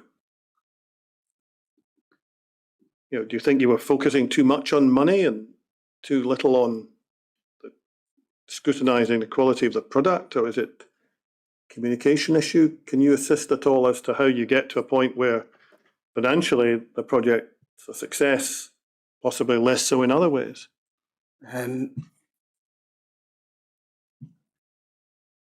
I do think it was a success, but again, that is an answer to the question: do you have anything else to tell the inquiry, and do you think the project is a success? It wasn't, does everyone think the project is a success? You wouldn't have an inquiry if everyone thought it was a success. So I recognise others don't see it as a success, but my own personal view, the healthcare in Glasgow was totally rebuilt. It came in on budget, which isn't there, and my personal interface between my grandkids and my father has found that to be first class. So in answering that question, I do think it's a success. And among that dialogue, I forgot your question, so apologies. No, I suppose it's what I was trying to suggest was that the other aspects might be focused not on money, but on content, quality, however you like to put it. Yeah. And I'm just wondering whether, from your experience of working your way through all these endless groups and committees and boards, you were able to assist us with any suggestion as to how things might have been done better. I don't think there was an over-reliance on finance, because I don't honestly believe at any time that project was financially challenged. And therefore, I don't think there was, if things had to be done, if something had to be built differently and there was a cost, we found it, we reported it, and it went up. In terms of the other side, in terms of quality at all, I don't know that I'm able to comment on that. I don't think I have the skill set. Thank you very much, Mr. Gallagher. I have no further questions for this witness, my lord. I have no further questions for Mr. Gallagher, but do you want the opportunity to check? But it might be better to check. Check the room. Mr. Gallagher, no one else has any. The procedure that we adopt is to give council the opportunity to check with colleagues if there's any questions that they wish to be raised that he hasn't canvassed. So if I could ask you to return to the witness room for what should be no more than 10 minutes. Yep, no bother. Thanks very much. We will give Mr. Connell that opportunity. Thank you.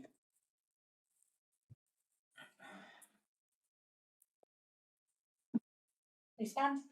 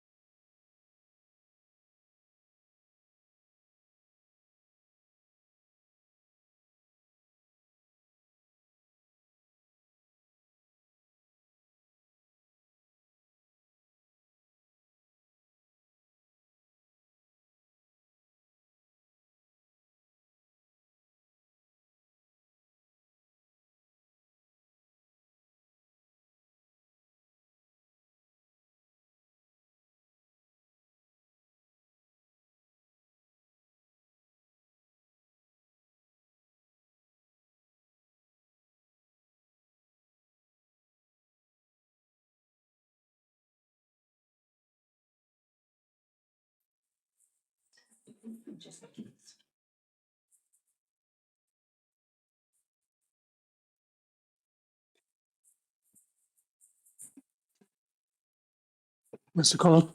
Well, in light of somewhat unexpected content of one or two things that the witness has said, I'm afraid I have to ask him to come back for a few minutes and look at some more material that has been searched for behind the scenes. Very well.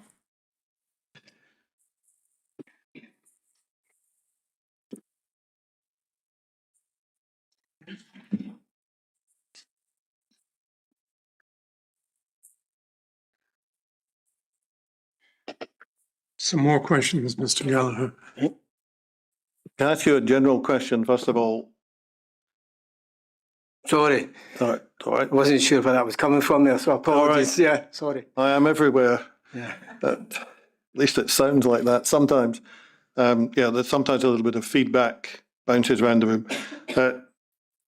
Just a question about the temperature variant, the 28 to 26 point. Now, you were able to tell us that you recalled something going from Mr. McIntyre. I mean, we know what the bidders were told, but something going from Mr. McIntyre to a group which you described as the executive subgroup. No, I think I said the Acute Services Review Programme Board. All right. Well, we've obviously noted you incorrectly. Sorry. Because whatever it is, it wasn't one of the structures that was on the organogram that we were looking at earlier. Yeah, so the organogram earlier is from the 19th of February 2010. Yep. The paper to change the temperature, which Right. led to the SHTM, was sometime after opening the ACADS in June, July 2009. And Mr. Seaburn's email of June 2016 describes that as being one of the problems was the problems that we're having with temperature in the ACADS. I think we know where the discussion came Right. from. I'm just Well, the keen to understand Right. which body you recollect it went to for Well, approval or The agreement or executive whatever. subgroup only came in on the 19th of February 2010, so it wasn't that group. Right. Logically, it would have been the Acute Services Review Programme Board, which was the one you talked about. Half the apologies are there, it'd be a big group. And that's the one that met in June 09. So that would have met again in August 09, September 09, etc. Logically, that would be the group. Or failing that, it would be the Acute Services Senior Management Team, which was a meeting of the acute directors, and Mr. McIntyre was a member, I was a member, etc., and it would have came to one of those two groups. Logically, the project group, Acute Services Programme Board. Right. So that's a group with, if everybody had turned up, about 30 people that you had identified group, when a yeah, minute was put to you earlier today. Yeah. And I'm guessing, sorry, Okay, well. I'm guessing round about September or October of 09, because it's after the ACADS opened. That's all. Now, as you can probably gather, Mr. Gallagher, while we're sitting in here, there's a whole team of people somewhere else listening to everything you say and scratching their heads occasionally and writing things down occasionally. You mentioned presentations, and you mentioned the issue of the temperature variant and the ventilation derogation. So we've been looking to find where these are, and we found two of them, because you were sure you'd seen a version of the paper that from ZBP that you identified earlier at one of these presentations. The two that we found are a presentation to the Executive Board on the 22nd of October 2009. So if we could have Bundle 42, Volume 2, page 77, please.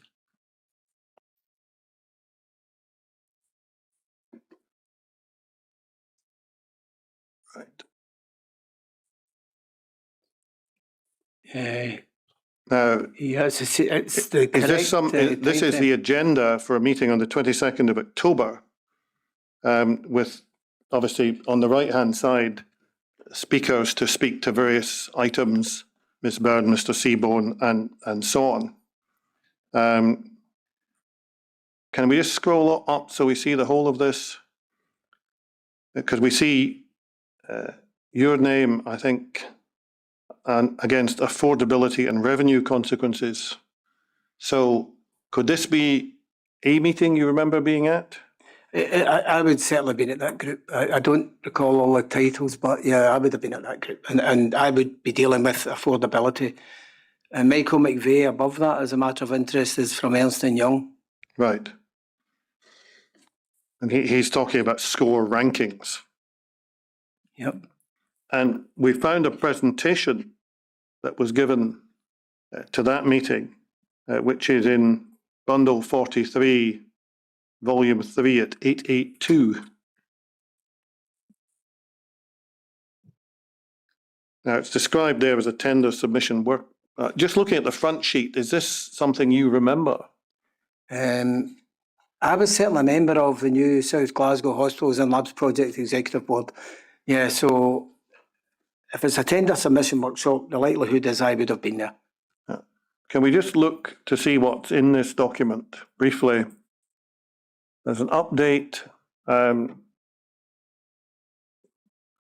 exemplar, discussed, master plan, planning approval, obviously different headings there. Can we just scroll on? There's a note of documents being issued to bidders. The dialogue has been discussed. Remember, there was a competitive dialogue process Yeah. where the bidders were spoken to. See, each bidder's been at several times and so on. So just carry on. Project stages, which we know about. Board requirements.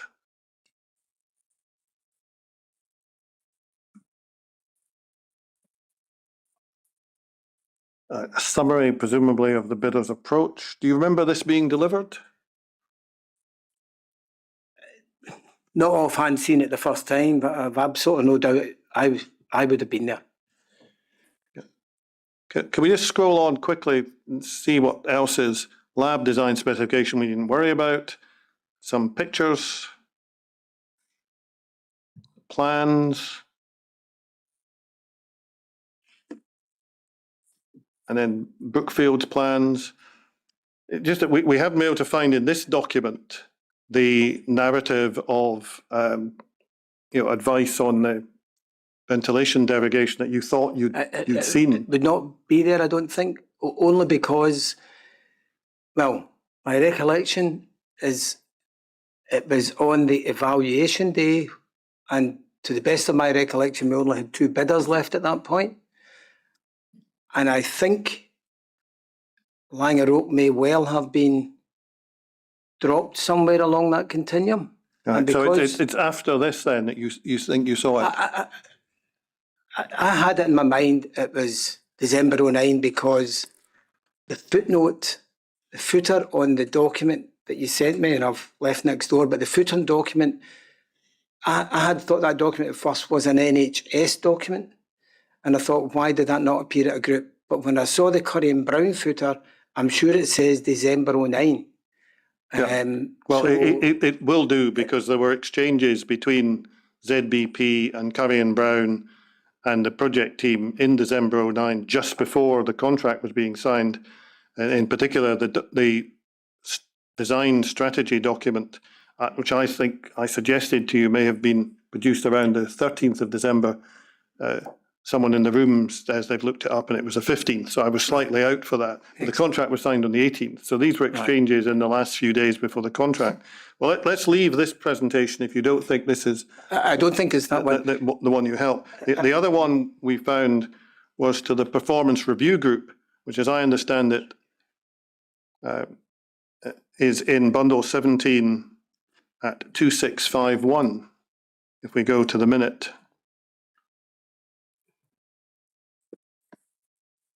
Now, performance review group is not a group of which you are a member, but you're recorded as being in attendance, about the 6th person down. And this is in November 2009. Yep. And we see who's on the members, a couple of councillors, various other individuals. Details don't matter. Other board members in attendance, including Mr. Calderwood and Rosaline Crockett, who we heard about earlier today, and then a whole string of other people, including Helen Byrne, Mr. Hall of Curry and Byrne, and so on and so forth. So if we just roll on to the next page.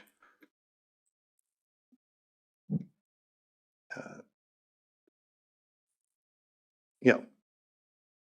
We come down to item 66, approval of tender. So that's for the hospitals and laboratory project. And there was submitted a paper by Director of Acute Services which sought members' approval.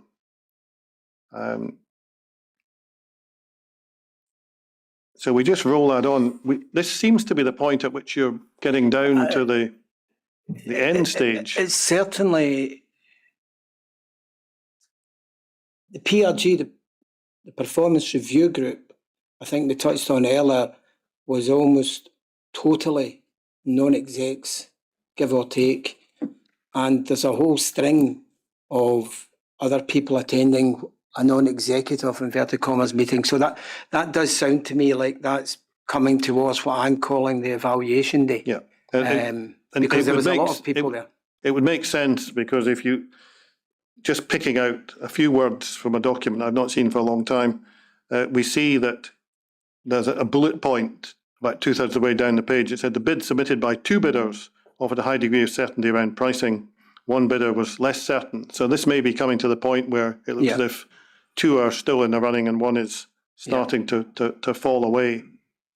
So can we just scroll to the end to make sure we're not omitting any part of these minutes? There's obviously a lot of discussion. Mr. Seaborn advising lots of things about multiplex. I don't think we'll find anything here saying that it's proposed not to meet any of the employer's requirements or to breach SHTM, but I may be wrong about that. And rather than delay you, I won't. No, that's fine. As I recall, the evaluation day, which is where I believe we had 2 bidders. Right. My recollection, and I think I've said it in the statement, is that was run by the advisors. I think Ernst & Young took away the scoring sheets, and presumably Ernst & Young or someone from the board did a minute. Right. So you think that's not this meeting? Because it reads as if it certainly looks like why so many people would be at the Performance Review Group that is largely only got 6 or 8 members and there's another 30 people there, does sound to me what I've been calling the evaluation day. Yeah. Okay. Can we just scroll on so we can see where this all takes us? Because we see on page, whatever that page is, 2655, I think, that Brookfield decided Brookfield be appointed preferred contractor. So whatever that group was, whatever the presentation was, there seems to be a decision at the end of it. Is that what you would expect?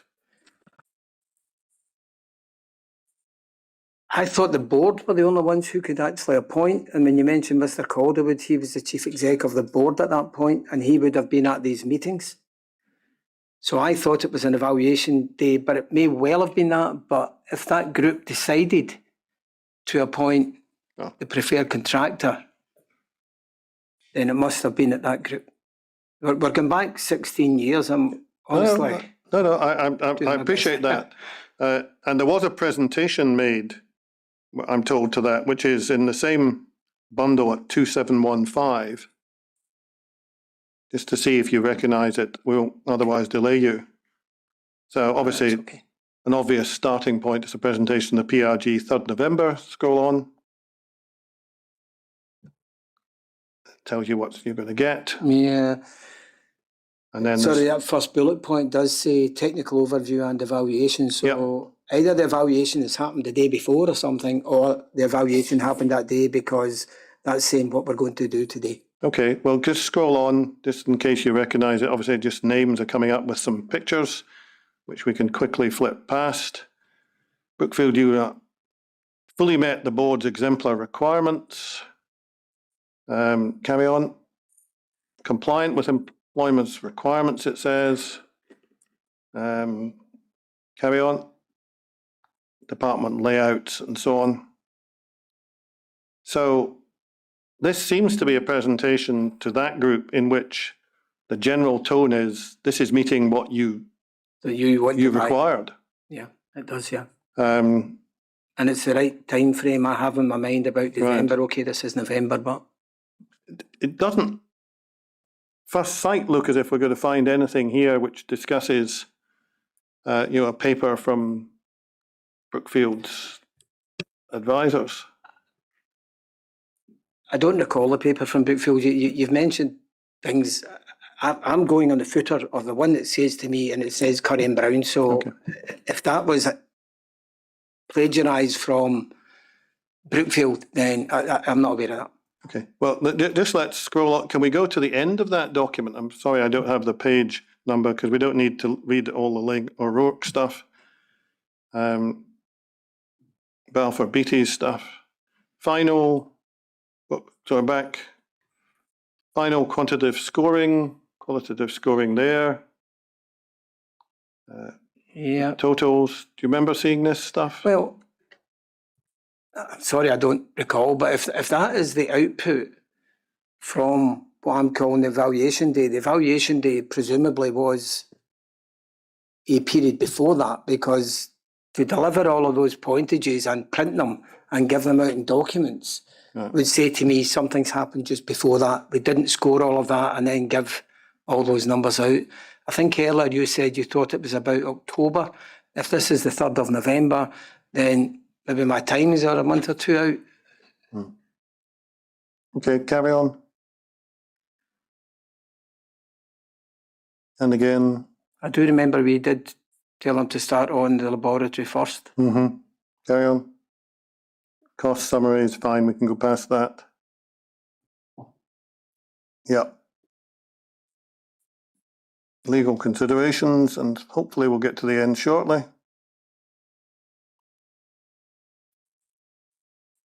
Carry on.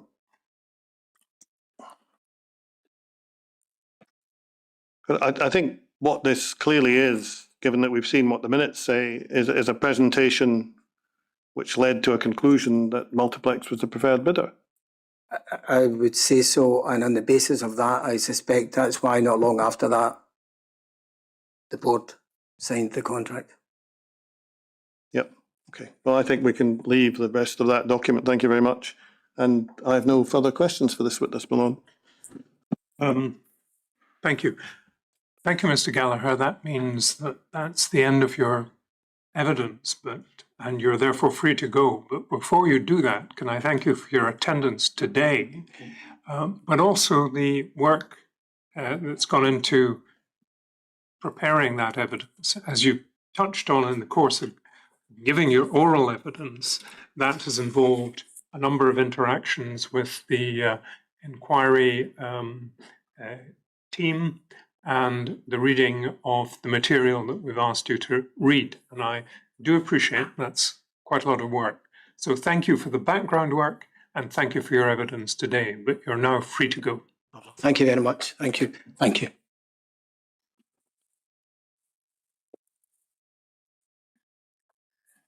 No, I think we've planned to resume tomorrow with, first of all, Mr. McIntosh and yes, Mr. Poplar. I think it's an earlier start tomorrow I have in my head. Right. Now that is something I've not been alerted to. I'm getting nods all round. Now, is it an earlier start, 9:30? Yeah, people are nodding at me. I'm sorry, I wasn't equipped with that detail. Yes, it's a slightly earlier start tomorrow with Mr. Poplar. We'll work on the basis that we'll see each other at 9:30 tomorrow morning. Thank you. Thank you, Mr. Cullen. Stand up.